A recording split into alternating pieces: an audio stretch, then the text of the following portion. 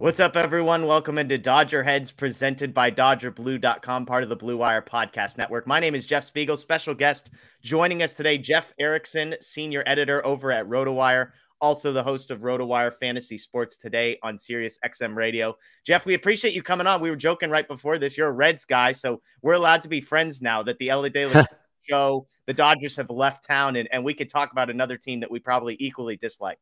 Yeah, absolutely. And yeah, I'm in the Pasadena area. I do like the Dodgers, but I grew up born and bred a Reds fan, so I'm a Midwest boy originally. So yes, it was a fun week. And hey, hope is a good thing. It's not, you need more than hope to have a plan, but it's nice to have some hope, and that's what the Reds have with all this inflection of youth and talent coming onto the team. I'll be honest, I don't want to see Elly De La Cruz anytime soon. I'd rather not watch Syndergaard throw fastballs to that guy anytime the rest of this season. And so you can enjoy watching him hit 500-foot home runs against other people for the next couple weeks. Let's talk Dodgers Phillies though this weekend, and I want to do a little preview. That's the goal of this show, is to talk about the series, talk about maybe some gambling lines, some angles, and that kind of thing. So the Dodgers 2-5 in their last 7. Jeff, where are you at on this team is currently constructed? Obviously some health concerns like many teams have, but how are you feeling about the Dodgers as a team heading into this one? One of the things we discussed off air is just like how many starting pitchers are hurt for the Dodgers. And in previous years, they had depth coming out of their ears. Yeah. And they could turn, and they also had like the pixie dust that turned Tyler Anderson into a really solid starting pitcher. That hasn't worked so far this year. You mentioned Thor. It's not a fastball anymore. It's a straight ball. And that's kind of the problem, that they haven't been able to turn some of the cheap veteran talent into something that was a little bit more workable. And I think some of that is that they didn't spend as much in the offseason. And they're relying a lot more on the kids. And the kids are going to be great. I mean, Bobby Miller already looks really good. Michael Grove looked better in his last couple outings. He came back from his sojourn down to AAA, and he's throwing a little harder. He's getting more swing and miss, and that's something we really like to see. But it really does start with the starting pitching. I think that's like hyper important for this team. Yeah, and we don't even know. I mean, we know Grove for Friday. We know Bobby Miller Saturday. The hope, crossing fingers, is that Julio Urias might be ready to return on Sunday. Although if you read some of the tea leaves about how facing live hitters went the other night, it wasn't exactly an appearance to get you excited about. On the flip side, before we get into some of the individual matchups, the Phillies kind of in the opposite camp. They've won 5 in a row.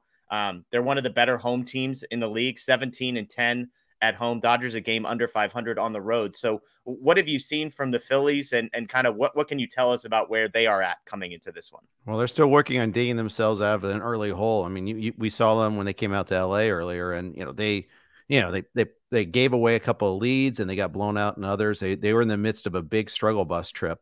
That's been part of the problem, is out on the road, especially. Pitching has been a real issue for the Phillies as well. Aaron Nola had his best game last time out and took a no-hitter into the 7th inning, but he's sitting at 4.3. He's their ace, and that's actually their best starter ERA right now too. So you see him on Saturday. That'll be the toughest of the 3 games, although that's paired up against Bobby Miller. Should be fun there. But Ranger Suarez started the year on the IL. He's coming off his best outing. Zach Wheeler's coming off his best outing. We're starting to see these guys kind of come into form a little bit there. There's kind of a continuing theme here. No, I was going to say, as I did some research, it was like Suarez coming off his best start of the season, probably his best 2 starts of the season. Nola, 7 innings, 1 hit, no earned, 12 strikeouts. Last one. Taijuan Walker, who they might see Sunday, 7 innings, 2 hits, no earned, 8 strikeouts in his last start, which makes sense why they won 5 in a row, because their starting pitching has been so good. And so one other thing, big picture, as we look at this, the total, I think, will be an interesting conversation Friday, Saturday, and Sunday. The Dodgers come in having gone over in 6 of their last 8. The Phillies come in having gone under in 6 of their last 9. It makes sense they're going under. Teams have only scored 10 runs against them in that 5-game winning streak. And so how do you see that? Like, you've got kind of a strength, if you want to call it that, of late, which is the Phillies pitching, although it hasn't been a strength all season, versus the Dodgers offense, which is one of the best in all of baseball. Had no shortage of runs scored in that Reds series. It was the bullpen that let them down. And so when you look kind of totals for this one, do you sort of go in thinking over might be the play, or do you go in thinking, hey, I think the Phillies pitching the way that it is going right now, Dodgers bullpen did get a little bit of a breather with Kershaw the other day, so maybe the under is actually the play throughout the weekend? I kind of like the over, to be honest. And, we talked about, hey, the Phillies are coming off their best outing. So let's look who they did it against. Did it against the Tigers. They did it against the Nats. I mean, that's not exactly murderer's row. And, as you alluded to in that Red series, they scored 8, 6, and 6 respectively. I mean, they're doing, that'll get you well on your way to the over there. With Grove going tonight, bullpen having been pretty taxed lately, although Kershaw really saved that bullpen yesterday. I do think that's a concern. And, it stems back to the Yankee series over the weekend as well. The bullpen worked really hard in that series. So, you're looking at a bunch of tired arms and some arms that frankly haven't been as good as they were last year. I mean, we've all seen the struggles, like with Vesia, for instance, there, a guy that was super solid last year, not so much so far this year. Caleb Ferguson lost his control the other day. Shelby Miller's been great, but he struggled in that one outing too. And, no Bickford anymore right now. I mean, that's a big loss. You're getting really pushed hard. So that's making it, have those tack on runs, those late runs where those are the overmakers right there. Yeah, exactly. Looking at tonight's game, it is Grove versus Suarez. It was interesting to me that it's basically a pick 'em. I think the Dodgers are -110 most places. The Phillies -110 as well. You can get Dodgers -115, Phillies -105 in some places, but basically even odds for both of these teams. The total is 9.5. And it's an interesting one to me. Grove versus Suarez, when you just look at the ERAs, I think it can in some ways be misleading. Grove's got a huge ERA, but you dig in a little bit. He had one game where the Dodgers bullpen was such a mess that they said, hey, kid, we got to keep sending you back out there. You got to wear this a little bit. 8 or 9 earned runs later. His ERA was nasty. The flip side is his last start against the Yankees, first start back since the IL. The fastball velocity was ticking up about 2 miles an hour. It was getting more swing and miss. The slider continues to be a devastating pitch. He had 7 strikeouts in what I would say was a pretty good outing against the Yankees. He basically made 2 mistakes, and Bowers hit both of them out. He gives up 4 home runs, only allows 4 base runners in the game.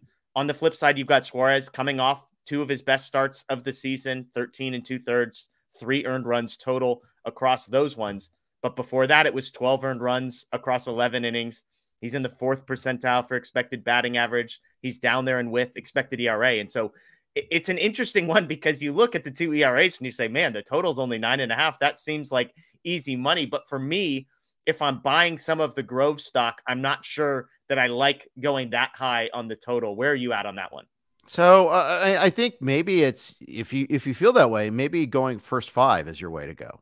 Yeah. Because Grove doesn't necessarily go deep. Suarez doesn't necessarily go deep, but maybe if they're pretty efficient, then you dig into the underbelly there and you get those tack on runs. Because I still think I'm a little concerned. And one thing about Suarez, for instance, there, he's been much better on the road than he's been at home, not just this year, but in the past. And so that's something to watch for. He's got a demonstrative lefty-righty split, and the Dodgers have plenty of strong right-handed bats to attack him.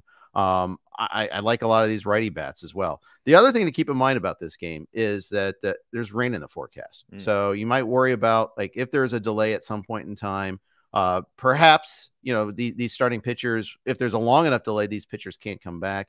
We'll see. Maybe there's a delay in starting the game. I'm not sure what time the rain's supposed to hit. Like, I just saw like just a quick little glance saying that there is some chance of precipitation all across the Eastern Seaboard, actually, too. Yeah. Well, and to the first 5, the reason I'm intrigued by that, you mentioned how many runs the Dodgers scored in that series against the Red. All 20 runs they scored were in the first 4 innings. They scored 0 runs from the 5th inning on at any point in any of those games. That's wild. So, yeah, it's crazy. And so, I don't think there's like something I point to and say that here's the reason why that happened. But just to say the Dodger bats have gotten hot, and they've gotten hot early. One other prop I'll throw at you, and I'm curious if you've got any others. Michael Grove's over-under for strikeouts that I saw at least was 4.5. I mentioned it. He's coming off of 7 against the Yankees, I believe, in just 4 innings. The velocity was up, as I mentioned. To me, that's an intriguing one because I think you look at Grove and, on the surface, you look at the numbers and say, yeah, 4.5 strikeouts, that seems about right. If you're buying the velocity uptick, if you're buying, the health and maybe tweaking a couple things, that feels like it could be some value there for a guy, as I said, who just had 7 strikeouts against the Yankees lineup. That's pretty dang good. Absolutely, I agree. And the Phillies strike out over 23% of the time, top 10 in baseball in terms of strikeout rate. Not the top or anything, but still a good amount of swing and miss on this team. I mean, look at Kyle Schwarber. A lot of boomer busts there. Now he could go deep on you, or he could. I mean, in fantasy circles, we're kind of comparing him to, when fantasy basketball, if you played categorically, Shaq, is he'd kill you on free throws. So, but you dominated elsewhere, but you had to realize you're giving up that category. Well, Kyle Schwarber, you're giving up batting average. Yeah, I know that because Schwarber's on my fantasy team, and so it's you take what you can get with the guy, and the home runs and the slug is helpful. Any other props for tonight's game before we move on to the next two games that jump out at you? I kind of like going with some of these righty bats, trying to get them total bases, things of that nature there. There's not a whole lot of rich history against Suarez himself, but believe it or not, actually, even Freddie Freeman's done well in his 10 at-bats against Suarez. The problem is you just don't have a whole lot of accumulation of at-bats. So trying to look at pitcher versus hitter is tough. But I would say, like, take a look at what sort of props you can find on JD Martinez. Seems to be really dialed in right now. Yeah. I suspect we'll see Chris Taylor playing. Maybe you can get some bargains on him, see where they put him in the lineup there. Maybe even Johnny DeLuca later on if you're really trying to dig down. Maybe in DFS, that's a play because you're going to get him low priced. All the other Dodger hitters are going to be pretty expensive. Yeah. JD Martinez, I think yesterday it was his to hit a home run was below plus 300. It was like plus 290. I was like, I mean, he has 10 home runs in his last like 15 games or something like that. So sure. I understand it. It's just a crazy situation. Moving on to the weekend games, obviously lines and stuff, not necessarily available. We've got Bobby Miller versus Aaron Nola on Saturday. And then again, the Dodgers, potentially Julio Urias returning against Taijuan Walker on Sunday. We hinted at this a little bit. Saturday is the marquee matchup. Bobby Miller coming off the best start of his career. He's been incredible in 3 starts. We know the velocity. We know all of that. And by the way, he hasn't been put in against weak lineups necessarily. It's like the Braves and the Yankees. And on the flip side, Aaron Nola, historically over the last few years, one of the better pitchers in baseball, has not been great this year. But as you said, 7 innings, 1 hit, no earned, 12 strikeouts in his last start. So give me your breakdown of Bobby Miller versus Aaron. Are you buying the Bobby Miller hype? Like, are you buying that what we're seeing is, look, we're not saying sustainable of he's going to give up 1 earned run from here on out, but like, are you buying the hype with Bobby Miller? I am. In fact, I bought him in a couple of my fantasy leagues, pretty heavy because we have free agent bidding in our leagues where we bid once a week. And, we got to see that Miller start against the Braves in his debut. Like, hey, here you go, kid. Go ahead and pitch in Truist Stadium there. And, he dominated in that one too. After a bumpy first inning, he really settled in. That's one of the things I liked was his poise, actually. Being, your adrenaline's got to be going a million miles an hour there. And one of the things I liked is he went away from that wicked fastball. The Braves are a good fastball hitting team, and he listened to his catcher. He threw a lot of off-speed pitches, and it worked out really well. And I think I like being able to see that adjustment because sometimes you got kids that just want to throw the ball through the wall because he can't. And that's one of the things. But he didn't really solely rely on that, and that's a sign of some good maturity there. Pitched great against the Yankees. You like seeing that, obviously. So I'm impressed. I'm really impressed with what he's done so far. Nola, he has not been striking out players nearly at the same rate as he has been in previous years, except for his last start where he got the 12. Again, against the Tigers. Want to kind of take that with the appropriate grain of salt. But a couple things on Nola here. So, he's always like a solid source of Ks usually. In our leagues, he's been around 29% K percentage. This year, it's down to 23.6%. The swinging strike rate is down too. He's getting a lot less swing and miss, 11.6. Although, again, the Tigers kind of cured a little bit of that. Average fastball velocity is down to 91.9. It was at 92.6 last year. It's not a huge drop, but if it keeps trending in that direction, then you got yourself a problem there because there's less separation between his pitches. According to FIP, his ERA has been, and his 4.30 ERA is pretty well earned. That's what he's getting. Because bad balls in play, he's actually been really good. 252 batting average against balls in play. So you look at some of his underlying stats. Yeah, he is what he is. He's the old Bill Parcells. This is what his record is, sort of line here. Yeah, and I like that we keep pointing out it is against the Tigers. You look at their offense, 212 runs scored this season is by far the lowest in all of Major League Baseball. There's basically nobody within 20 runs of them. The Dodgers, for context, have scored 351. So there are 140 more runs scored by the Dodgers across about 50 games, almost 3 more per. So just worth pointing out that the change in quality of competition. Yeah, and keep in mind they don't have Riley Green right now, so that was even weaker of a Tigers lineup than it's been most of the year. Yeah, there you go. Sunday, again, potential Julio Urias return against Taijuan Walker. I'm curious if Julio does come back. Julio has struggled this year, much like Aaron Nola in many ways. You look at the numbers, it's much worse this year than it has been previously. As I kind of hinted at, he had a live simulated game the other day against some Dodgers hitters. Austin Barnes took him deep. Some guy, James Outman, took him deep. A couple guys that, if you look at their recent success, those are not two names that you want to see taking your ace pitcher deep in a simulated game. It was simulated, so again, like the Tigers, take the appropriate grain of salt. But Right. if we get Julio versus Walker, do you imagine yourself looking for opportunities to buy stock in Julio when it's low, or are you looking for an opportunity to potentially fade him on Sunday? I'd probably take an opportunity just to watch him from the side. This is probably a no bet for me because I'm not quite sure what we're going to get out of him. He had a lot of, in the fantasy community in draft season, there was a lot of buzz about him because projection services like Steamer didn't necessarily like him, despite the great year that he had last year. And it's because the Ks were dropping. And I think that's always something you look at there. But they had a high 3s ERA projected for him. And, he's at 4.39 now, obviously.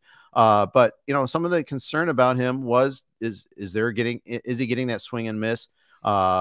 His expected ERA was like 3.80 last year. So, and keep in mind the shift limitations probably hurt him more than it does other pitchers if there's more balls in play. Yeah. And the defense, let's face it isn't as strong. Vargas is doing his best at second, but he's not a natural second baseman.